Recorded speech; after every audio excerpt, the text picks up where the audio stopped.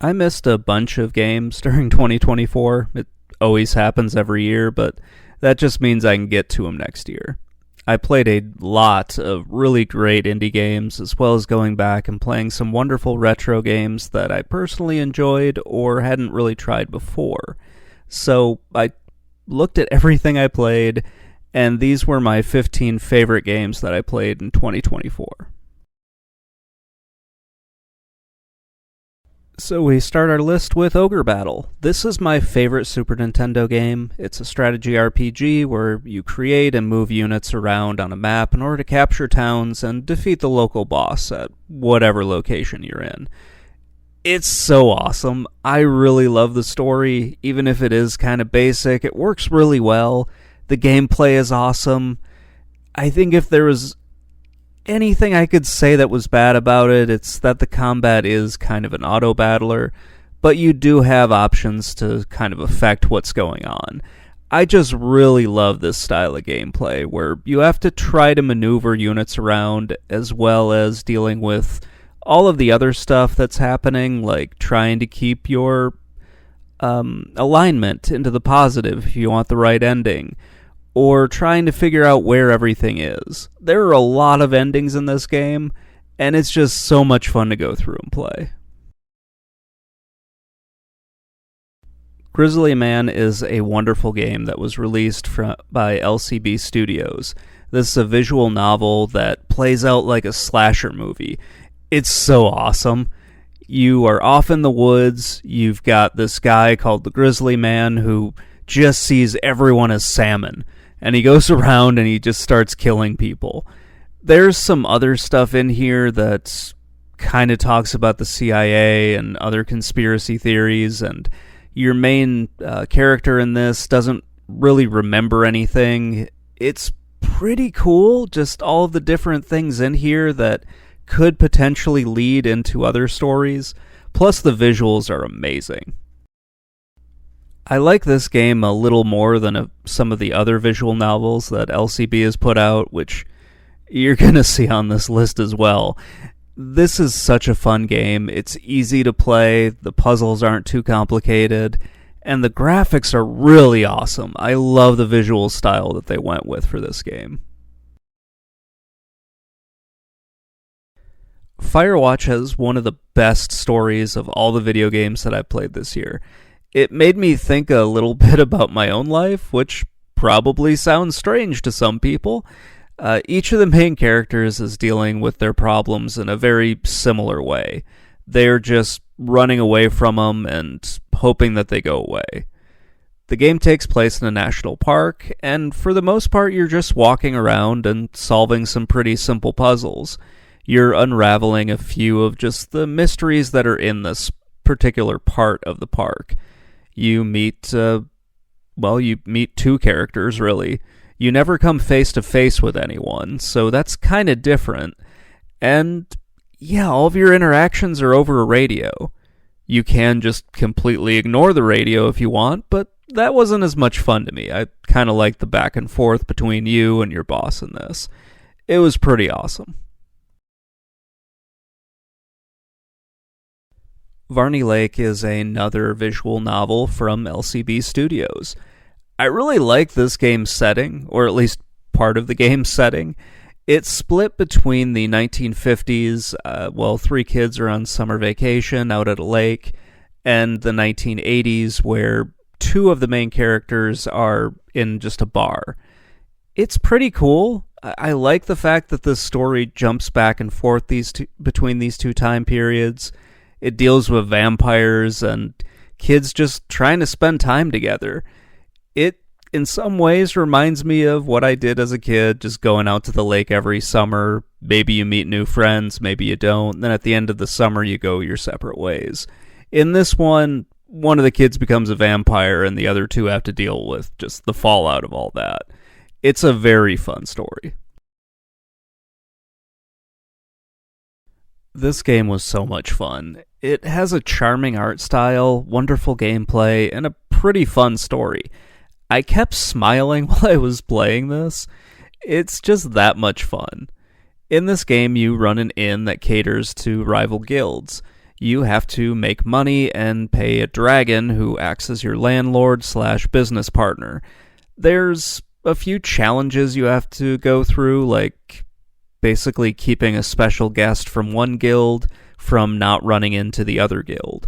And then you have to manage the suspicion meter between the two guilds because they don't like each other, and if they find out that you're, just working both sides of this conflict that they have, then they'll get mad at you. I wasn't really sure why they didn't like each other. I wasn't really sure what was going to happen if they started suspecting me. I just made sure they stayed away from each other and I kept making money. It was a lot of fun. I'm pretty sure this is the first time I've ever put a Dreamcast game on a list like this, and that's just because I haven't played too many of them for this channel. Dynamite Cop is a spectacular game. Even if it is a bit short for a beat-em-up, it's a sequel to Die Hard the Arcade, and there is another game in the series as well, but that one didn't come to the US.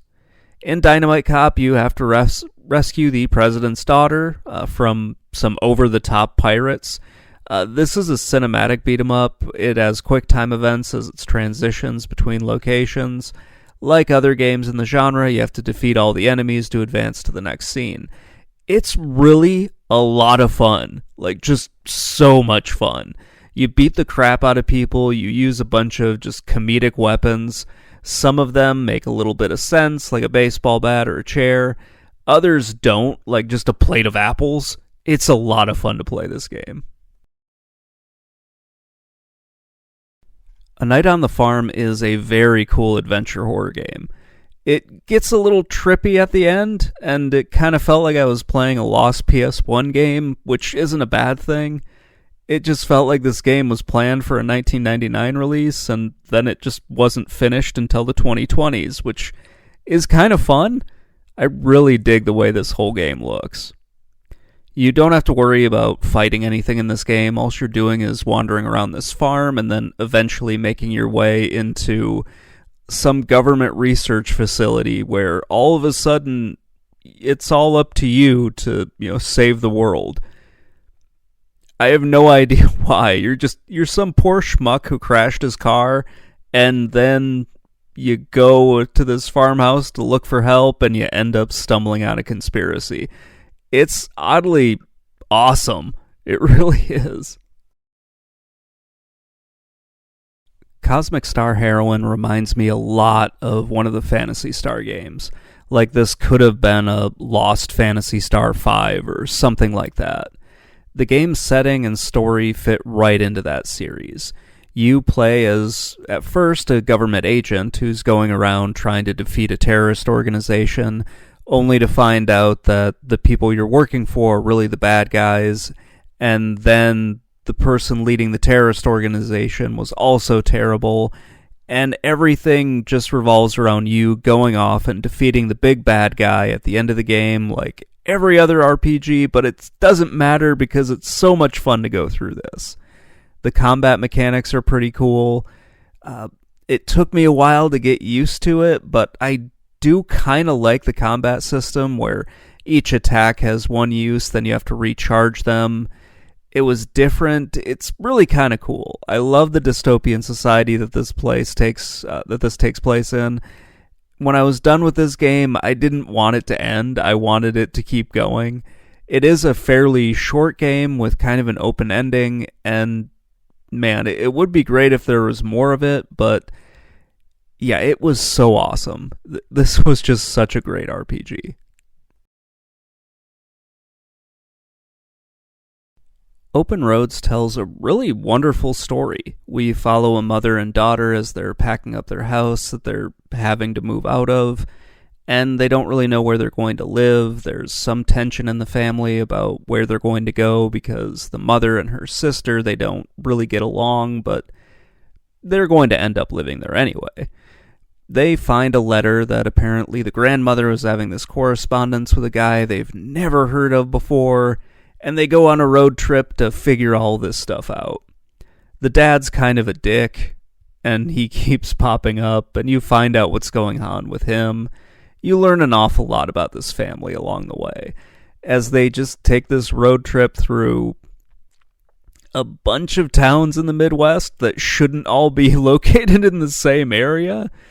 It was really cool. When I first started playing this, I was like, oh, I know that town. It's very close to where I live. That's pretty cool. And then they start mentioning other places, and I'm like, no, that shouldn't be there. That shouldn't be there. And they have to take a ferry to get to where they're actually ending up, but you don't see that. It's still a really cool story, and I loved how just they found out about what was going on, and really the ending was great too. Mothman 1966 is a pretty great visual novel from LCB Studios again. This is a prequel to Varney Lake, so play them in the right order and don't be like me. It's pretty awesome. This one, you follow a group of people and they're going to watch a comet, which is the cause of apparently mutations taking place and a bunch of anthropomorphic monsters, like the Mothman, running around. It happens every 60 some odd years. I can't remember the exact number, but it's a little weird. It's creepy. It has to deal with the Men in Black. You get some other strange stuff going on in it. You meet a bunch of the characters that are going to be reoccurring characters in the first 3 visual novels that they did. And yeah, it's just really awesome to see this. I really liked some of the puzzles in this one. The story was pretty great. Some of the characters were better than others.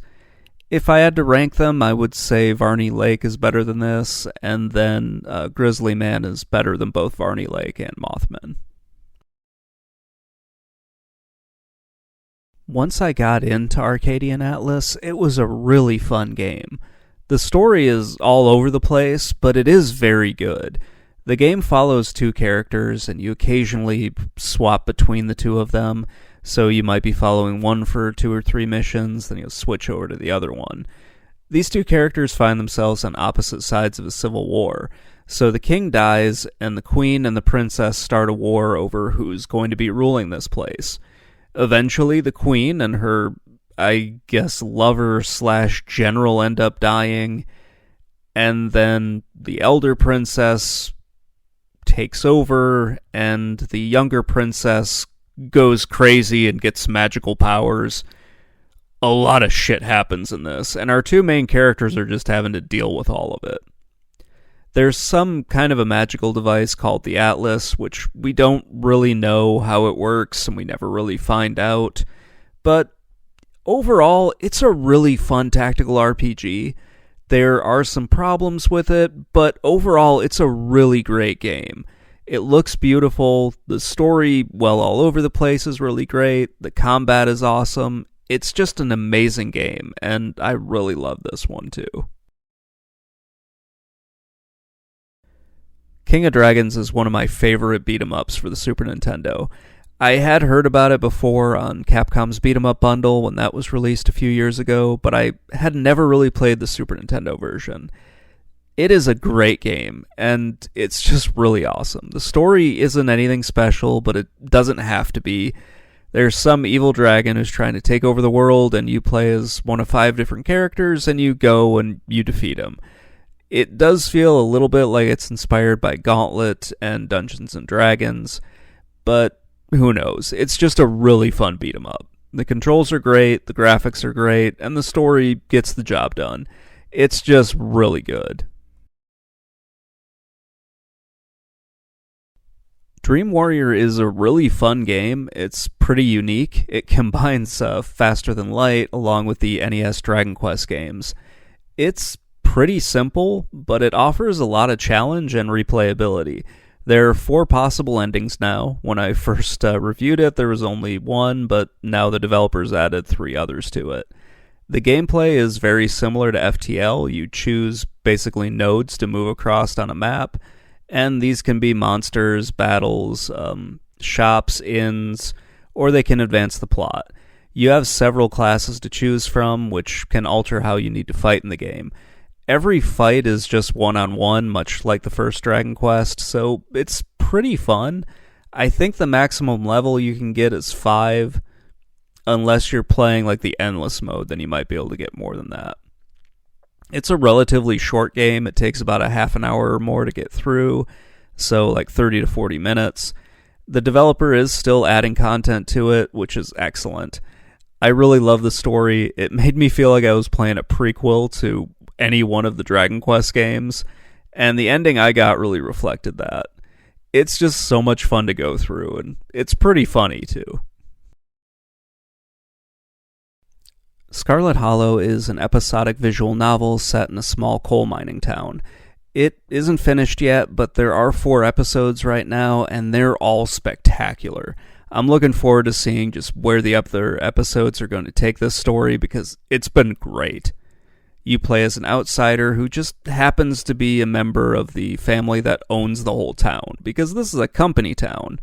And your family takes a very anti-union stance, so they own all the houses, all the businesses, everything. It all runs through the Scarlet family. And you learn an awful lot about the town's history and the fact that everyone kind of hates your family.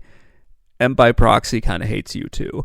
You do make some friends in this, but by and large, the townsfolk don't really like you too much. It's all about battling ghosts and cryptids in this. It's so cool. I love going through this game and just, seeing what it has to offer, and the visuals are really great. I love this game. Unicorn Overlord is my favorite game of 2024, and if I did the whole Game of the Year things, it would be this one. It is a spiritual successor to the Ogre Battle series, and yeah, I love it just as much as those games. The gameplay is exactly the same. There are a few things added to it, which I think improve the game overall, and if they had been an Ogre Battle, it would have been an improvement as well. The story is fairly standard for pretty much every RPG.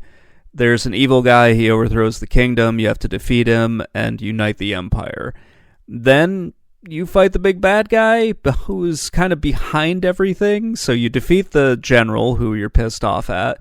He dies, and then there's an evil sorcerer that you have to defeat as well. And that's pretty cool. I don't know why I like that twist, because it's been done so many times, but it's just really awesome. This is a game that I really would hope that they would make a sequel to. It isn't really clear where the story would go from here, so I guess maybe the developers kind of hedged their bets on that, because it is just a self-contained story within this area of the world that the game takes place in. Maybe they'll do more with it, maybe they won't, I don't know, but I really love this game, and I can always come back and play it, just like I can with the other Ogre Battle games. It was pretty tough this year, limiting it to just 15. I had considered moving it up to 20, but figured, 15's probably my limit. I don't need to go that far on a list like this. I played so many other great games this year that just narrowing it down was pretty difficult. I didn't play all the games I wanted to, but that's fine. There's always next year to do that. Next year should be another great year for video games. I'm going to try to keep up with more of the newer releases for indie games, and then work through a bunch of the retro games that I still want to play. There are a few RPGs I want to get to as well. We'll see if that happens, because I gave a whole bunch of them that I wanted to get through last year, and I don't think I got through all of them, just because some of them I started playing and I was like, man, this just isn't for me. So, yeah, I'm going to try to do an RPG every month in 2025, and then I've got the Dreamcast wrestling games to get through, the GameCube wrestling games to go through, and then I've got a few more favorite lists that I want to kind of knock out. So, yeah, that's pretty much it. Let me know what you think in the comments below, and I will talk to you all later. Bye.